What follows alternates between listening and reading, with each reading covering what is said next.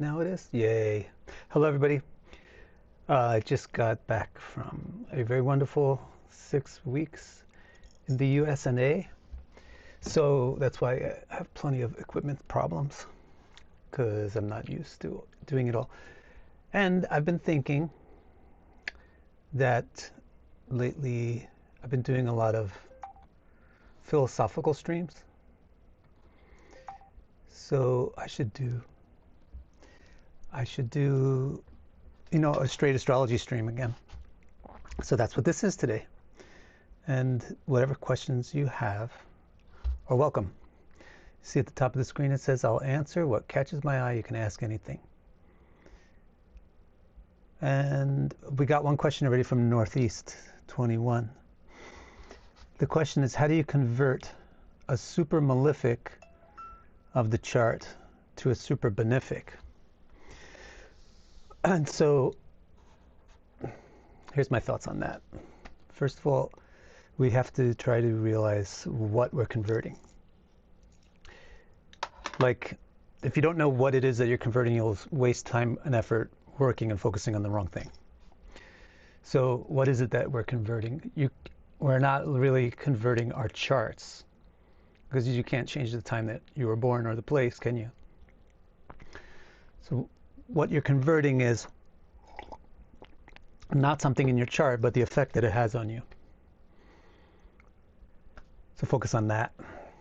You'll focus on thinking about this thing that's ruining your life and figuring out how to make it not ruin your life.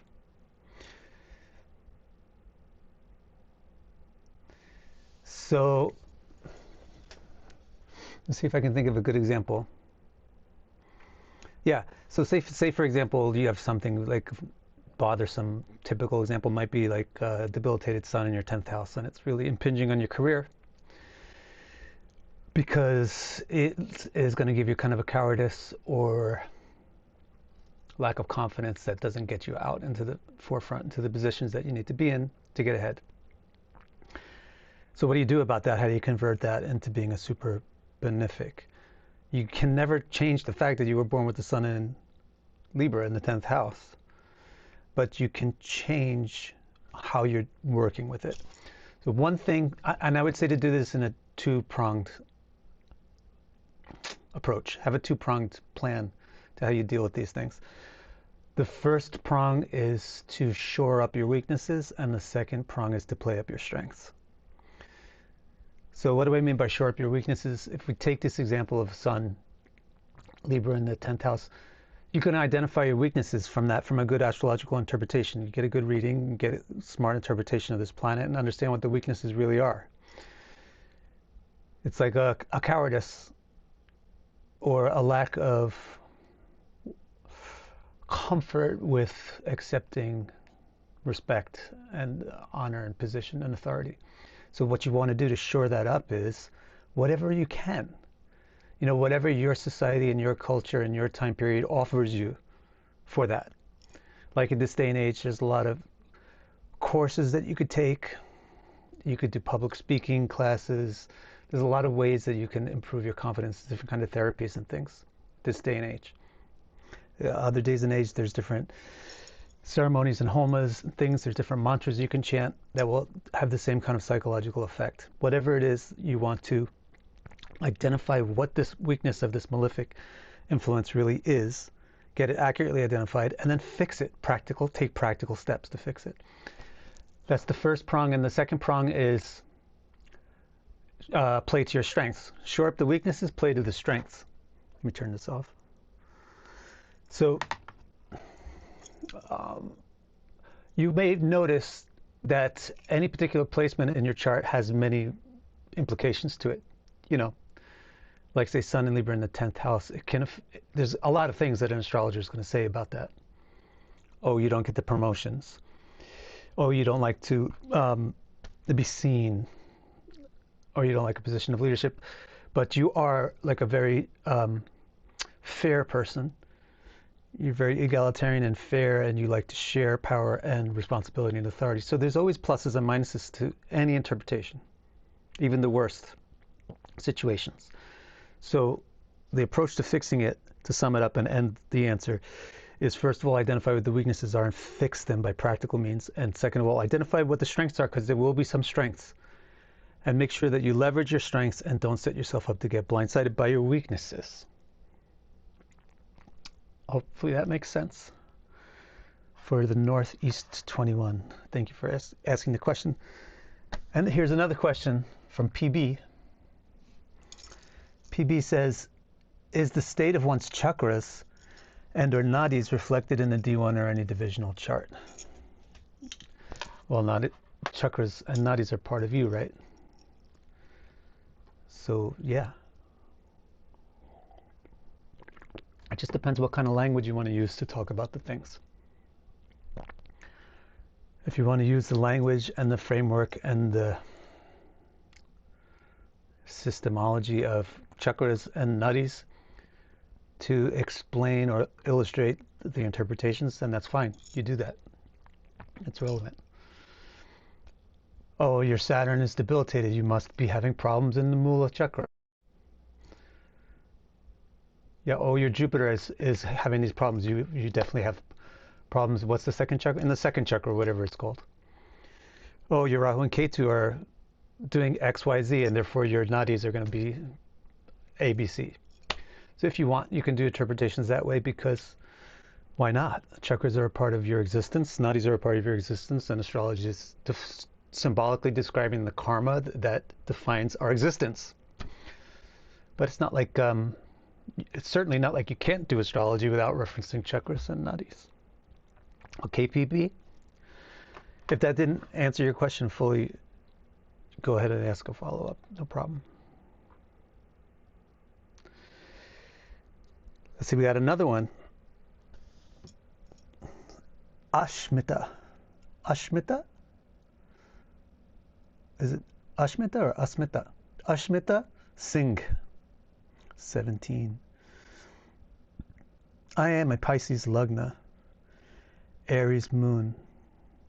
So interestingly, don't forget that I highly recommend that you do not apply Ayanamsha to Rashis. So I'm not sure if I would accept that you're a Pisces Lagna and Aries moon, because often in Indian circles we apply Ayanamsha to the Rashi, and we wind up with something called a sidereal zodiac, and you will chase your tail around trying to get to the bottom of the interpretations in that system, in my opinion. So I'm just going to theoretically accept that you are, in fact, a Pisces Lagna and an Aries moon. And then you go on to say, Saturn is on my ascendant for Sadhisati. How is it possible? Okay. How to balance the 12th house retreat versus taking action. You know what, Ashmita? This calls for my handy dandy green board, which I prepared in advance for this stream. Let me pull it up. I think it's this one. Bing. So there we have a little chart. We could talk about things a little less theoretically, or at least keep track. So you're saying that you have a Pisces ascendant. Let me see if I can get rid of this ascendant and give you a Pisces.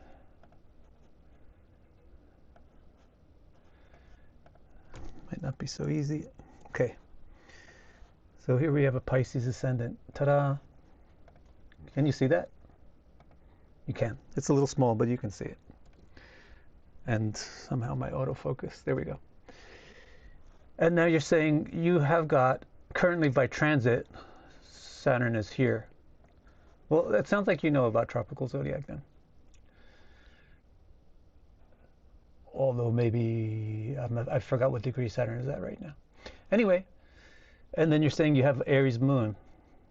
So here's the transiting Saturn. We'll just put Saturn over here.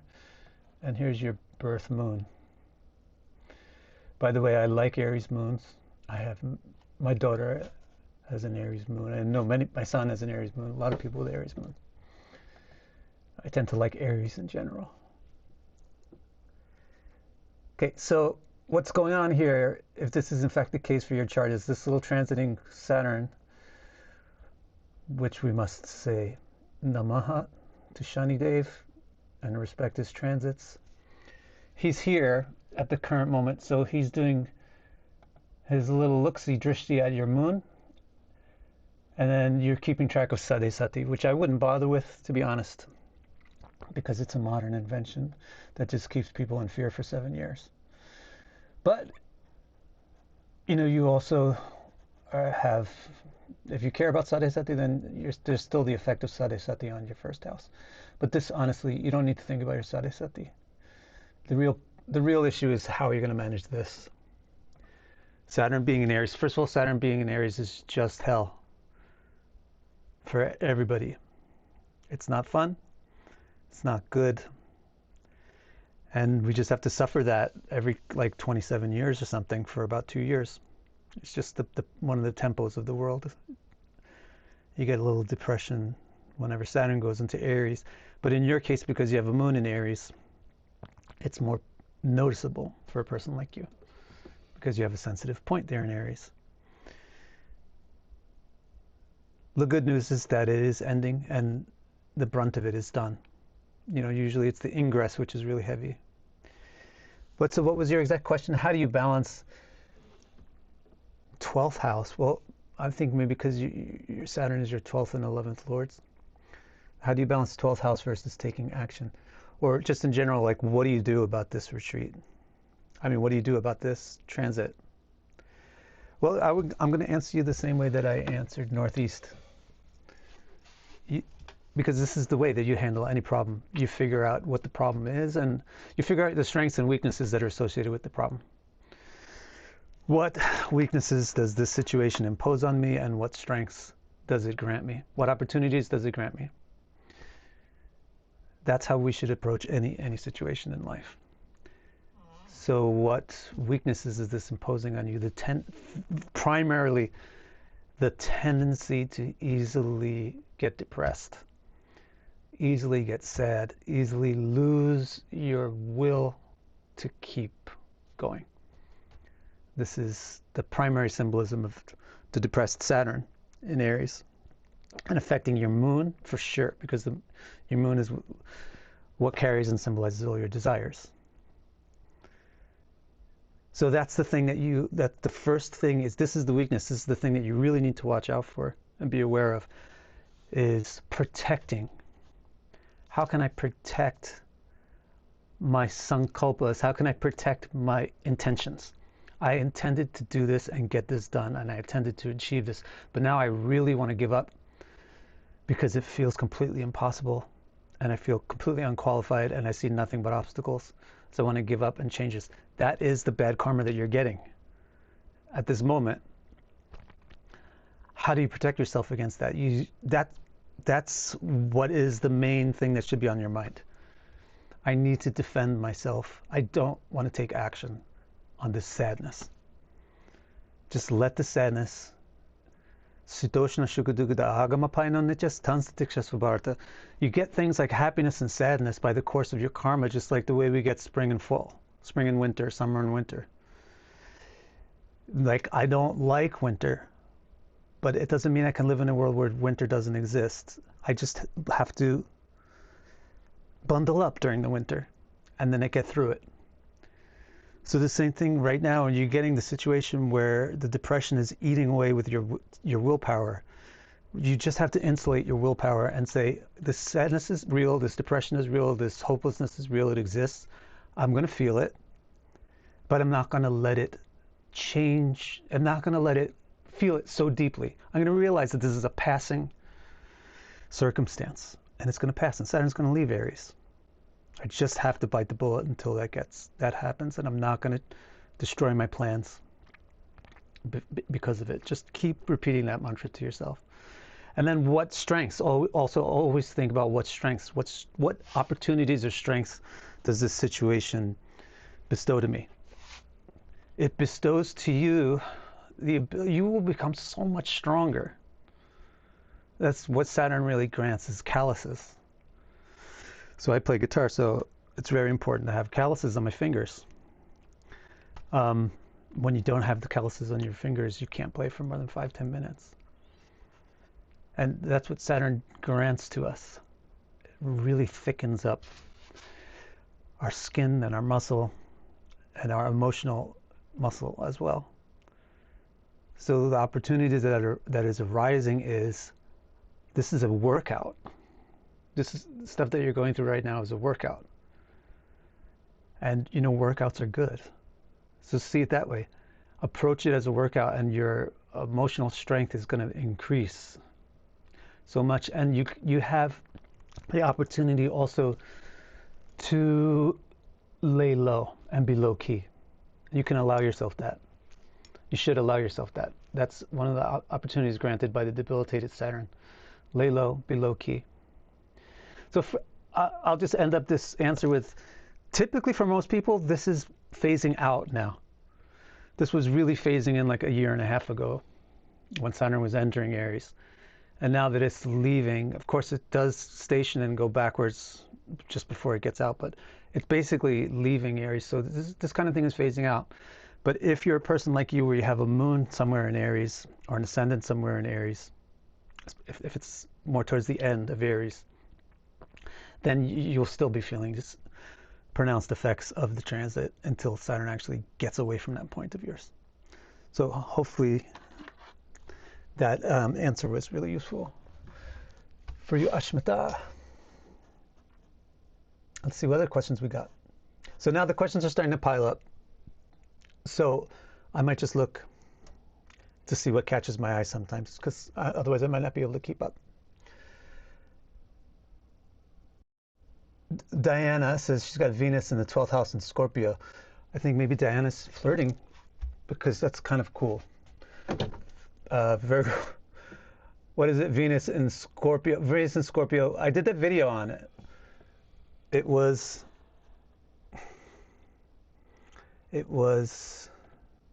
the one with Gandhi and Cardi B. They both have Venus in Scorpio, but Cardi B is a Venus in Scorpio. So whenever you contact, and actually yesterday with Parisa, I recorded a Venus in Aries video, and then realized that my camera was malfunctioning the whole time. So we have to redo it, which is unfortunate because it was a great conversation. But Venus in Aries and Venus in Scorpio, both of those signs are ruled by Mars. It really makes Venus attractive. It spices up the Venus. And then also you'll get the same thing with Venus in any fire sign, especially Aries or Leo. So anyway, congratulations on having Venus in Scorpio. And it's in the 12th house. Actually, it's not too bad. Venus is kind of great in the 12th house compared to any other planet. And the 12th house has a lot of relevance for Venus. So I congratulate you on your birth. Sweta Ravat says, I recently checked my chart using Sayana. It changes everything. How would that impact the concept of the chakra karakas? Impacts it immensely. It changes everything. Bravo for trying. I salute your bravery, because it can be unnerving to all of a sudden look at a different description of yourself. If you sit with it, and if you give it 10% of the amount of time and trust that you gave to your Ayana chart, to your sidereal chart, it'll pay off hugely. It's just that the initial confusion about how everything changes can just be disorienting at first, but just sit through it. What else we got here? Oh, Diana's continuing. How to be wealthy with Venus in the 12th. In Scorpio, it's not necessarily antithetical to wealth at all. It's quite good for wealth. So here you will need a chart, you'll need a full chart reading if you're having problems with wealth. This is important because you want to, astrologically speaking, as a diagnostic tool, you want to really correctly isolate the symbolic indicator of a problem, because the astrologer's advice for fixing the problem is going to be based on what that symbolism is. So if I identify Venus in your 12th house as the reason why you're having wealth problems, but it's not, then I'll give you solutions for your wealth problems that won't be effective. So it doesn't jump off the page to me that Venus in Scorpio in the 12th house is clearly difficult for wealth. Not at all. Yet if you're actually having problems with finances, obviously something is the indicator for that. So that would require a whole chart reading. You can go to my site, victorcara.com, and I have reports. These reports are inexpensive and very easy to get, so you can get them. And they'll probably show you the reason. And then at least you can, address the actual cause of the problem. What else we have here? Sorav, good to see you. Saturn and Aries with Sun, it's too vague of a question. Can you explain Libra ascendant with Aries moon? I've always felt an inner conflict. That's interesting. Amanda Gopinath. Amanda Gopinath. What a lovely name. So let's just look at the Libra ascendant. I'm going to see the Aries ascendant.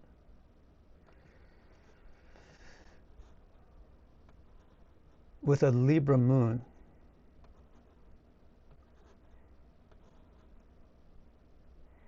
The Aries ascendant with a Libra moon. What are we actually playing with here? You have always, you say, felt an inner conflict. I wonder what the inner conflict is. It may be something else in your chart again. Aries ascendant with a Libra moon. I don't see any particular conflict, except of some just generic things about the moon in the 7th house in general.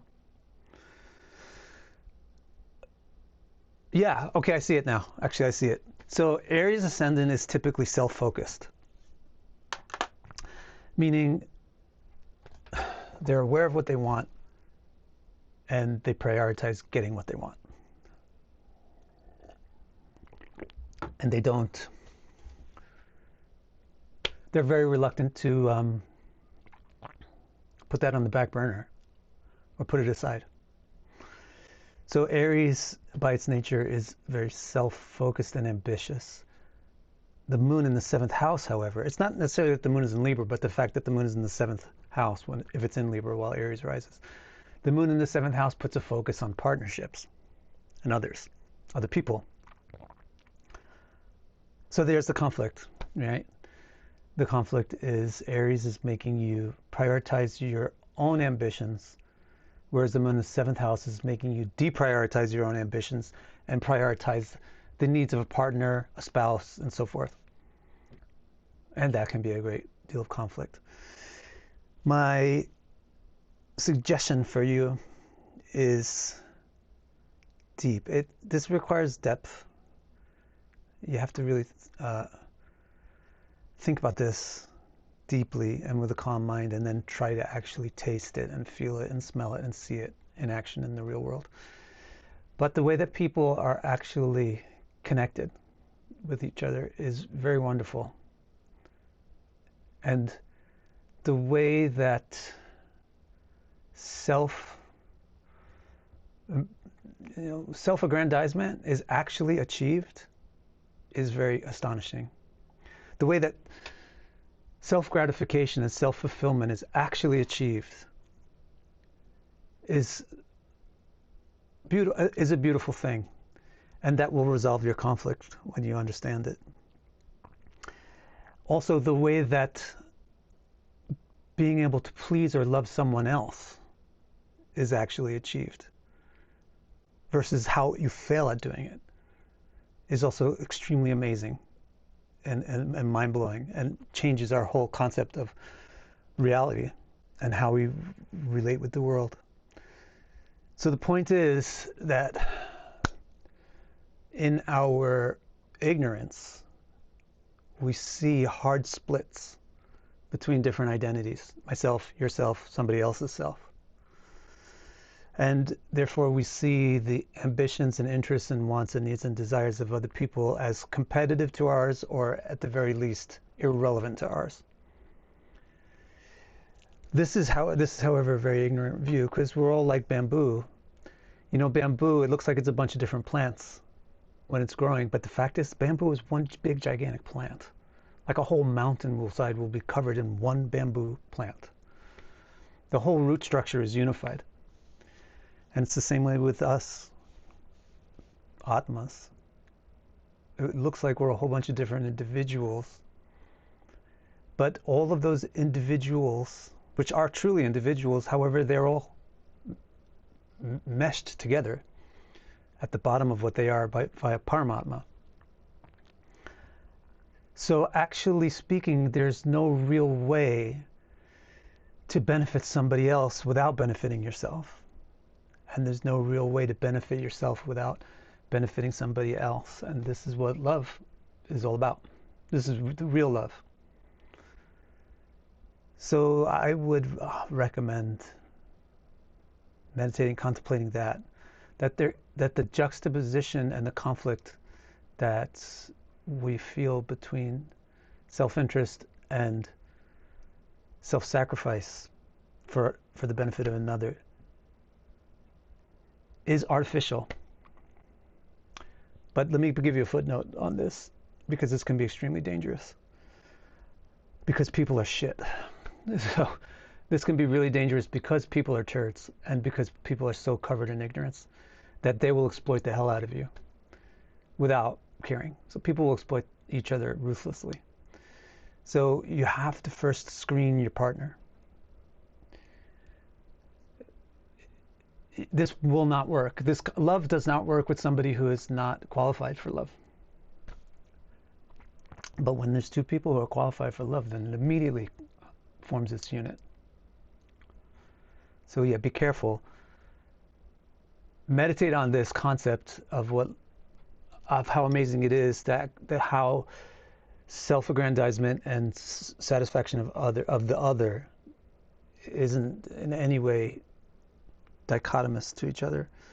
Meditate on that, but also be careful to realize that you have to have a partner who actually also realizes the same thing.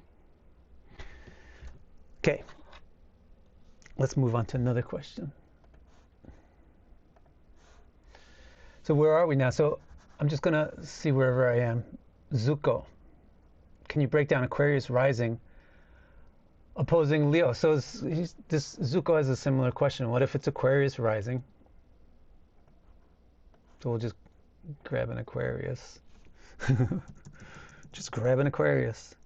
We'll grab an Aquarius, which is funny, in Japan, our sports drink. We have a sports drink called Aquarius. Grab an Aquarius and stick a sun. Oh, didn't you have the sun in Leo? Happy birthday. You and I share a placement. I also have the sun in Leo.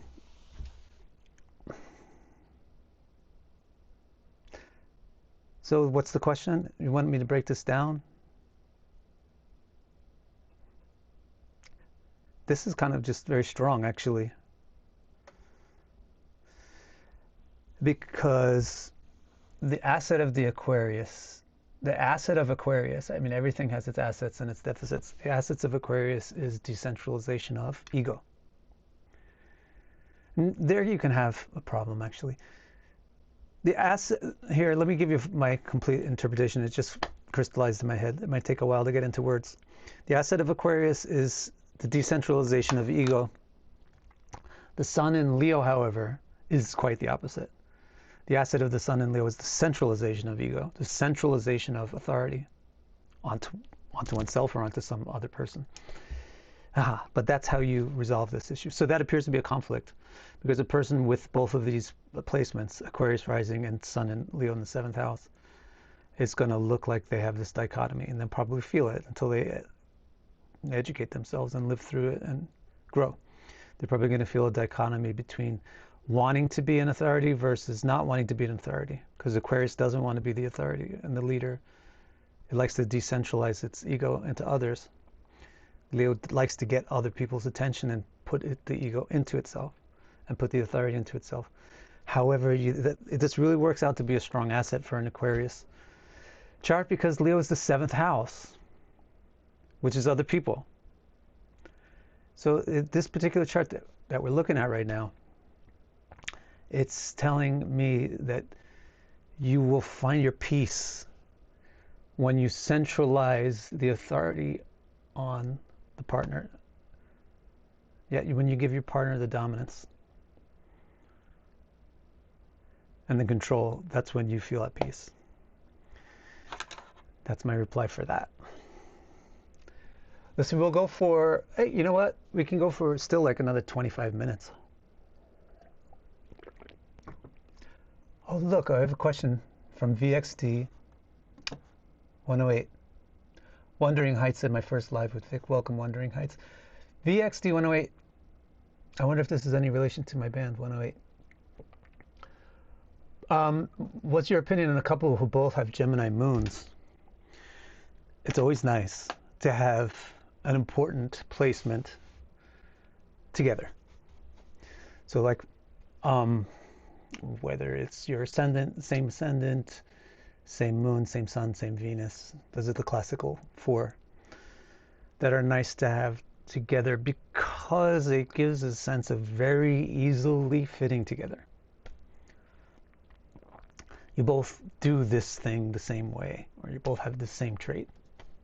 And that's a really important glue in compatibility is samenesses, right? Everybody says, oh, we have so much in common. Oh no, I don't have anything. We don't have anything in common. Commonality is really important. That's why same sign is actually a very strong compatibility. And then if it's moon in Gemini, it'll refer to things about like how they like to pass their time, how they like to talk, how they like to relax, what kind of things they feel are fun, what kind of things they feel are witty, what kind of jokes they tell, how they laugh.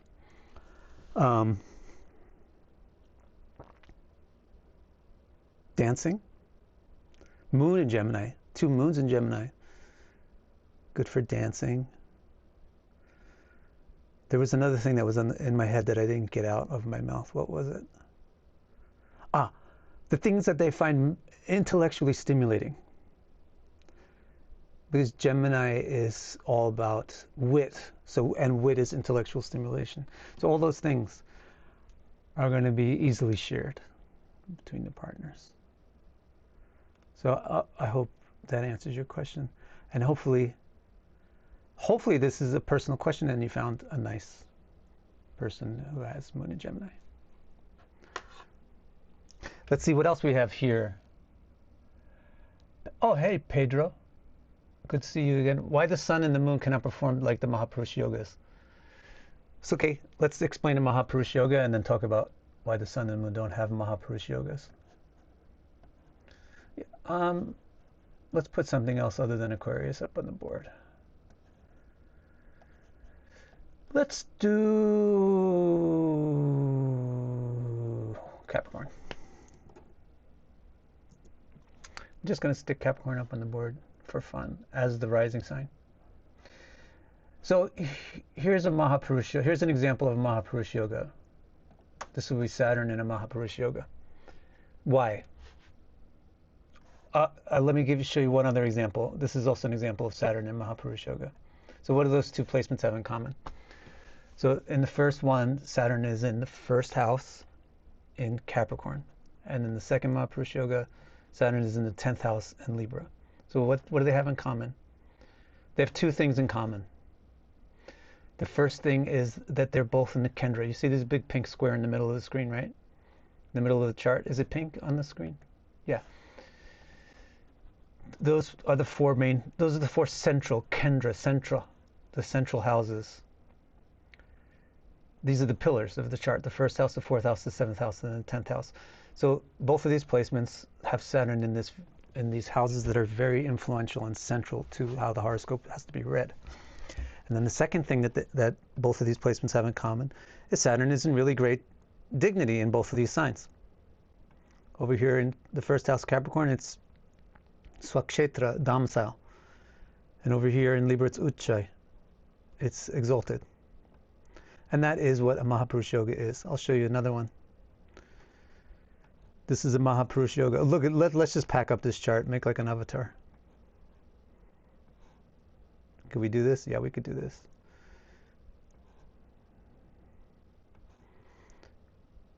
And some would say that this, I would love to, I'm not going to say I would love to be this person, but this is a chart. Boy, this is a chart that you definitely wouldn't turn down. He's got 4 to 5 Mahapurush Yogas. Do you see them all? So each one of the 4 Kendras has a planet that's either domicile or exalted. All right, Mars is in Aries in the 4th, Jupiter is in Cancer in the 7th, Venus is in Libra in the 10th, Saturn is in Capricorn in the 1st. And then some say it can also include the trines, the 5th and the 9th house. So maybe this one could also be considered a Mahapurush. I wouldn't. As far as the definitions I've read and studied, it's just the Kendras. So that's the first part of the question. He said, there's this thing called Mahapurush Yoga, which is being very well when angular and domicile exalted. So the question is saying, how come the sun doesn't do it and the moon? We have the classics define Mahapurushas for the 5 real planets, and that's why they're called the Panch Mahapurush Yogas, the 5 Mahapurushas. By the way, Mahapurush, what does it mean? Maha means big, great, and Purusha means person, but it means like master. So if you're Mahapurusha, it means you're Bahut Bharyadmi. You're a big dude. You're a big shot. You're powerful. Mahapurusha Yoga is powerful, and it's going to be powerful along the lines of whatever that planet is that's causing it. So like a Saturn Mahapurusha Yoga gives a person that can just knock anything down. Nothing can stand in its way. And it can just keep going forever and ever and ever. They do not tire. They do not wither, they do not wilt. That's a Saturn Mahapurush Yoga. Whereas a Venus Mahapurush Yoga is just attractive as the day is long. And just so good with anything sensual. So that, like that, you interpret the Mahapurush Yoga as a really good circumstance for that planet's symbolism that would be prominent in the person's life. So the question, how come the moon and the sun don't do it? So for example, this placement, it doesn't count as a Mahapurush Yoga. Well, I don't have an answer for you. Like, I don't know why the people that wrote the texts organized the yogas the way they did. But my answer for you is just that it's just a question of the way they organized the yogas. It's not that this placement is not a great yoga. It's just not called a Mahapurush Yoga. This is the Chandrarja something yoga. I can't remember the name. It's just another name for it. But you can have the same effect even. You got the moon in Cancer aspecting your ascendant in the 7th house. You can have fabulous lunar qualities to you. So that's the answer. It's just that the way that the books decided or happened to wind up organizing the yogas and the way they taught the yogas, they didn't put the sun and moon into the category with the Mahapurush Yogas because they had already defined yogas for the sun and moon in those conditions. That's my reply to that question. Yeah, this takes a lot out of me, answering all these questions. But I think I still got another 15 minutes in me. Because it's such a rapid production of information from the brain that it's using up, I think, a lot of my brain sugar. But I'm a Capricorn ascendant, so I can handle that. Let's see what other we got. Another Pedro Yankee, first time commenting. Just wanted to tell you your content is awesome. I've learned a lot thanks to you. Even when it gets blurry. I've learned a lot thanks to you. Not only astrology, many, many thanks. Thank you so much, Pedro. Roman. Should I skip? No, let's just see what Roman has to say. Roman says Venus said, yeah, you know what? Since I'm getting a little low on the brain sugar, I'm going to go for questions that are just more easy for me to answer.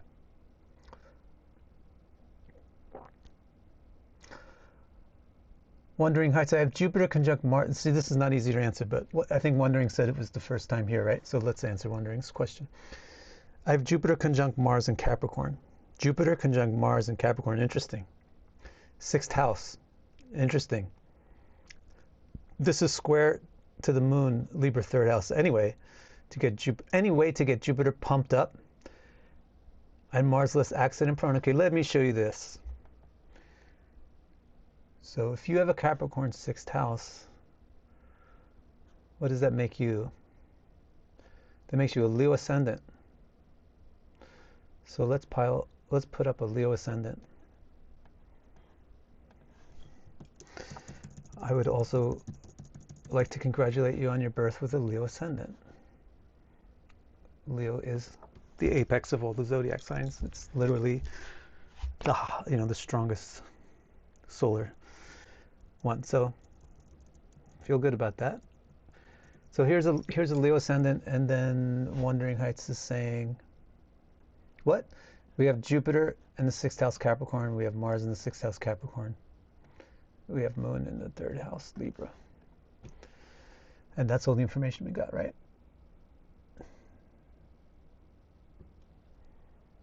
Right.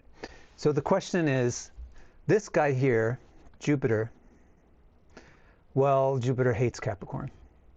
You may have noticed Jupiter loves Cancer. Jupiter is exalted in Cancer. That means the opposite sign, Capricorn, it hates. So Jupiter is debilitated here in Cancer, but let's think about this little guy.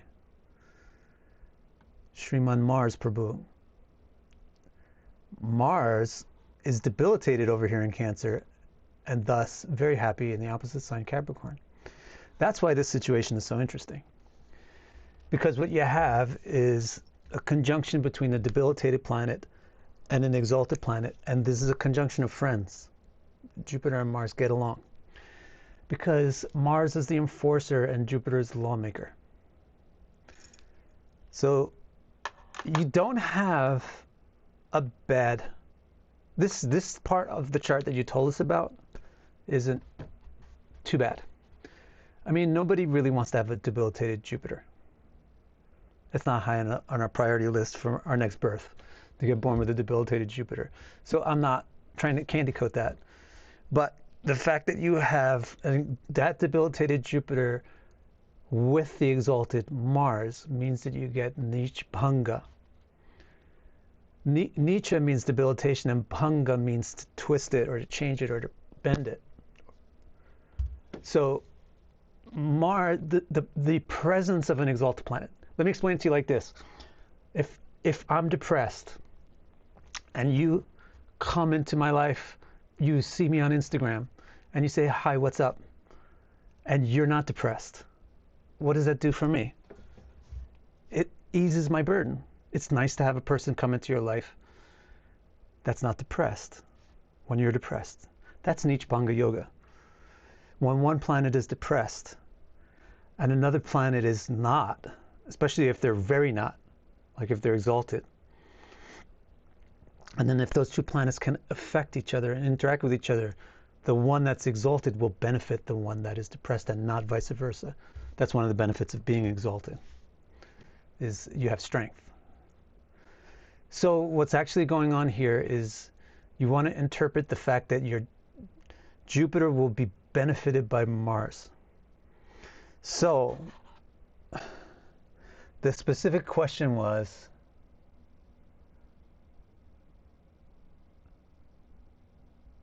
how do you get Jupiter pumped up and Mars less accident prone? Well, Mars is not going to be accident prone here. If you are accident prone as a person, it's not because of your Mars. It's something else. And so to fix the accident prone stuff, we would have to identify what that is. because Mars is only accident prone when it's not in a good situation. But your Mars is in a fabulous situation. It's in the 6th house where it belongs, and it's in Capricorn where it completely belongs. So I can't answer your question about how to be less accident prone because it's coming from something else in your chart. Or it might just be a little bit from Mars, that Mars is the 9th lord in the 6th house, which kind of makes your luck go down the tubes sometimes. You know, you don't just get the windfalls and you don't get the lucky breaks so much. But really the question that I can really address is how do you get Jupiter more pumped up? So it's by Mars. Mars will make your Jupiter more pumped up. So literally you want to do exercise. Mars in the 6th house and the Moon in the 3rd house, you need to exercise. Maybe you're saying, I do exercise, I'm into sports, I do exercise. Great. Do it more. Do it more enthusiastically. Realize that this exercising is going to help with the things that Jupiter needs to get pumped up about. The other thing that you need to do is get rid of your debt. You might be saying that you don't have that much debt. And I would believe, I'm not sure if I would believe you because there's a double situation going on in what I can see in your chart. Jupiter debilitated in the 6th house is debt. Mars exalted in the 6th house is not debt. So if you want to fix your Jupiter, make sure you pay off your debt. Prioritize that. Exercise, pay off debt. And the third thing is discipline. Simple discipline. Simple discipline like, I'm going to do this thing at this time of day every Tuesday and Thursday. And without fail, I'm going to do that. Simple disciplines like that. Those 3 things will fix that Jupiter up. Because symbolically what it's doing is it's brightening up, it's leveraging that Mars that you have, and the proximity of the Mars to the Jupiter indicates to the astrologer that by leveraging your Mars more fully, Jupiter benefits more because Jupiter is the recipient of Nichbang Raj Yoga from Mars. Okay, let's see. There's some other interesting questions that I want to try to get to. Jeffrey D. Huddy, or Jeffrey Duddy, says, hey Vic, I don't know if you've talked about it before, but what are your thoughts on unequal nakshatra lengths? I've seen it in one text, and I think it was Dr. Arjun Pai, who I haven't spoken to in years, but I think it was him who showed me this text. There is actually one text. It's not that it's an ancient text or anything. It's just, you know, maybe a century or 2 old. But there is one text where they're talking about it. And if I remember correctly, they were referencing something that was ancient. Where there is a grounds for considering nakshatras to be of unequal lengths. However, if this was, this is like one of those things, the way that it was done in this culture at this time was like this, and they used it specifically for X. The way that nakshatras are used, bear in mind that nakshatras, like rashis, don't actually exist as such. Nor do houses. Nor does almost anything in astrology. It's all symbolic language and hypothetical constructs used to make sense out of the positions in the sky that are really there. So bear in mind that just like the Rashis, you don't see a line in the sky where Aries starts. You know, nor do you see a star there or anything. There's nothing there. I mean, there is actually. You see the sun, you have an equal day and night. That's where Aries starts. That's how you measure it. That's why it's tropical. And you'll see a line pointing to Cancer because that's with the longest day. That is how you make sense of where the Rashis are. But it's not like you look up into the sky and see those things. Same thing with nakshatras. It's not like you look up at the starry sky and see a bunch of stars grouped together in these segments. You don't. Yet we constructed, it's not that they're not real. It's not that they're not real, but they're not visually real. So the nakshatras, for example, they're constructed on the basis that the moon moves a certain amount every day, and the rashis are constructed on the basis that the sun moves a certain amount every month. So that is why the basic concept of nakshatras is the distance that the moon moves every day. You get 27 units before it gets back to the place where it started. You might wonder why it's not 30. 30 is for when you add the rotation of the Earth, and then you take into account the sunrises and sunsets and something. It adds these extra days because there's the Earth's motion is also involved in it. But when it's just the moon against the background of stars, it returns on this synodic. I don't know if synodic is the right word. It returns on this period of 27 and some change days. That's why the menstruational period is the length that it is. So that's why we have that many nakshatras. We have 27 plus Abhijit as the change. There may be other ways that people have computed the nakshatras, and they're free to do so because they're computations. But there's no other way that makes as much sense as this one. There's no other way that's as compelling and as integrated with all the other things that we use in astrology as this one, and hence no other alternative way of calculating nakshatras is anywhere near as ubiquitous as the simple 27 equal nakshatra system. I'm just thinking somebody might say the same thing about the sidereal zodiac, but that's not true. Actually, it's a minority that uses the sidereal zodiac, but that's a side point. So let's see, I'll do like two more questions, seeing what I can. What do we have? Return of Light says, Namaste, Vic. I hope all has been well with you. All has been better than well with me. Thank you. All has been amazing. Opinion on Pluto in the first house? I don't have an opinion. My opinion is that there are 7 planets plus 2 nodes. Not that there's all these new planets, because astrology is what the sky tells human beings.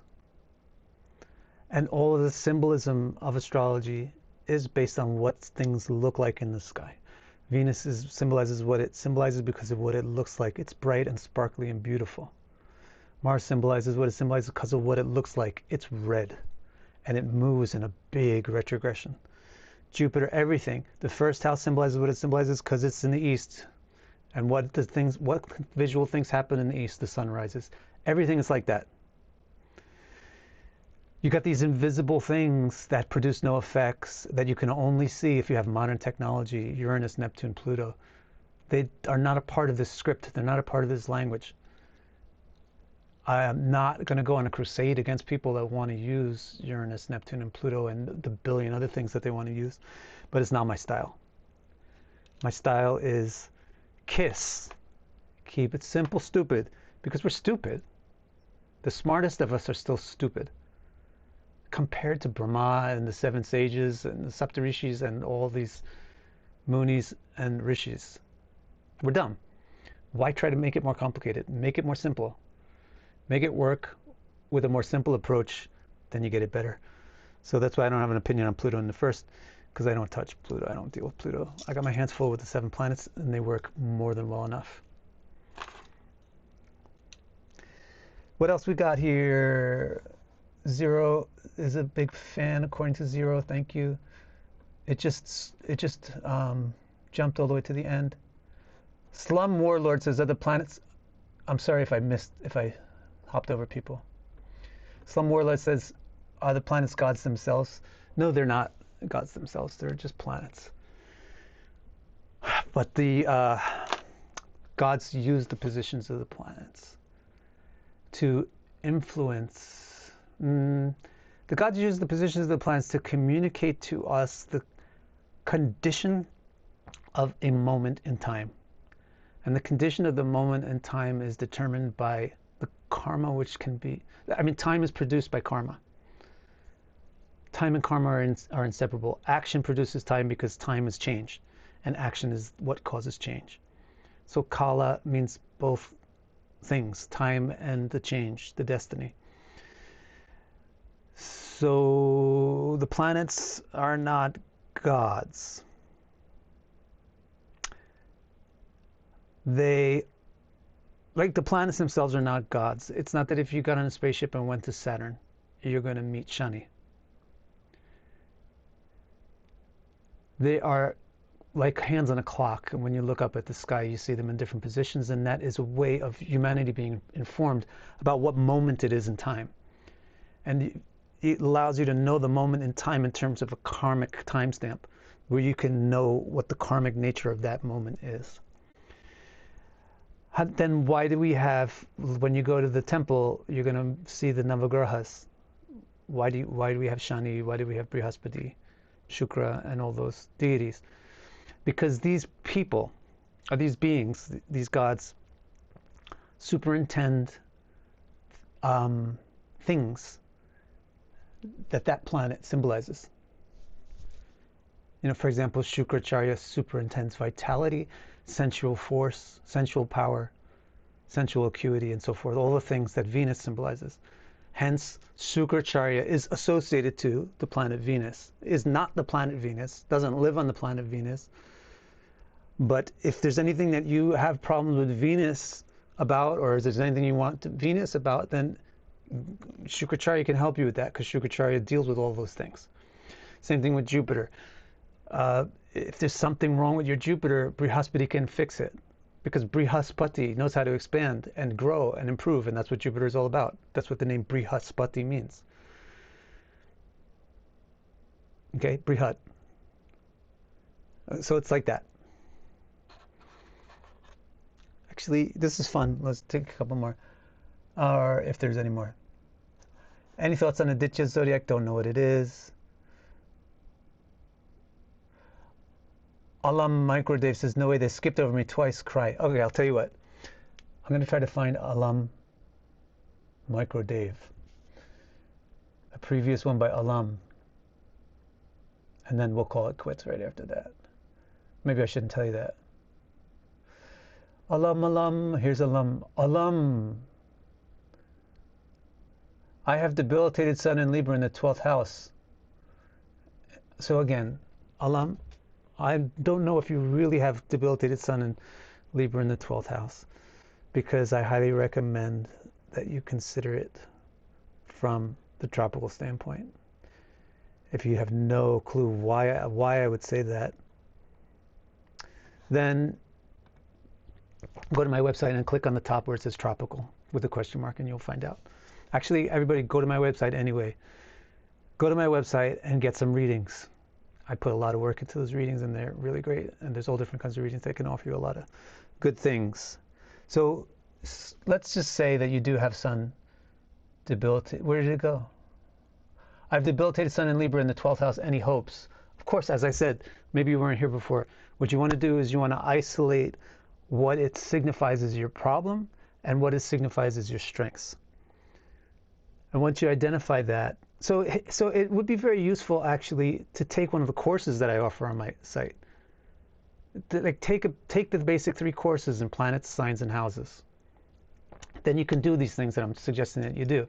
Otherwise, you're at the mercy of astrologers, and you have to pay them money every time you need it. Instead, learn how to do it yourself. It's not terribly hard if you just do the little pranayama, clean out your brain, and clean it out, and then just absorb the information. I present it in a very organized, systematic way. You can learn it. So you want to be able to identify things about the Sun in Libra in the 12th house, like you may have lack of control of spending. You spend very unwisely, or you can't stop other people from spending your money, or you can't stop other people from eating up your energy and your resources. So the first step is to identify what is the actual problems that this causes, and then you have to fix those problems by practical means that are available to you in your day and age and your cultural circumstance. Maybe it's a mantra, maybe it's a homa, maybe it's a self-help class, maybe it's attending a course at a state university, you know, about discipline or finances, or how to set boundaries. Whatever it is, everything and anything, you have to practically identify what the problem is and practical ways to make yourself stronger in that weakness. And then the other thing is, this placement also gives you some assets. Find out what those assets are. You can enjoy foreign cultures, you can appreciate foreigners, you can relate well with foreign people, you can be giving of the spotlight to others, you can be deferent, which is a nice quality. You can be humble, you can be supportive. You're supportive. So you can identify, these are my strengths. By using the strengths more of a karma, then the weaknesses become less. Like, think of karma as being a flow of water in a certain direction, and then it's going to have a pipe to its strengths and to its weaknesses. If you just let it flow, if you turn off the valve on the strengths, then all of the karmic flow goes into the weaknesses. If just like the hot and cold water in the bathtub or in a shower, when you turn on if you have the cold on, then it's all going out. If you turn on the hot, then a little hot water comes into there. So the same way, if you push a little bit of the karmic flow into the strengths of a placement, then it actually decreases the water pressure on the other side of the pipe. All right, guys, that was a lot of fun. I thank you for joining me. Let's see how we did. Good. See, people like this. I'll be doing more of these. I appreciate everybody for tuning in. And I look forward to the next time we do this. Don't forget, go to my site, check out all my courses, books. I got like a dozen books that I've written and published. Readings, tons of different kinds of readings for you to get all kinds of information about your chart. And courses. Yeah, maybe I already said that. And information about the tropical zodiac and all kinds of stuff. Helpful videos, well organized over there. I'll see all you guys again soon.